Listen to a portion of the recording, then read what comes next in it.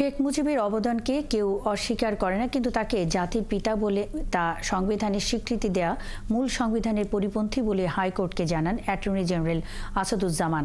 সকালে সংবিধানের ১৫তম সংশোধনী বাতিলের রুলের শুনানিতে এই কথা বলেন।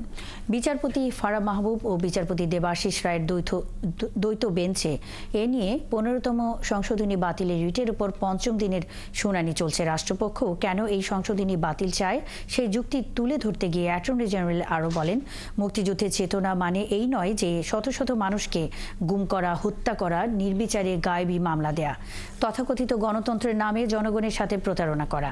এছাড়া সংবিধানে দেশের সকল নাগরিককে জাতি হিসাবে বাঙালি বলার বিরোধিতা করে তিনি বলেন, এর ফলে পার্বত্য অঞ্চলের বিভিন্ন উপজাতিদের জোর করে বাঙালি পরিচয় দিতে বাধ্য করা হচ্ছে।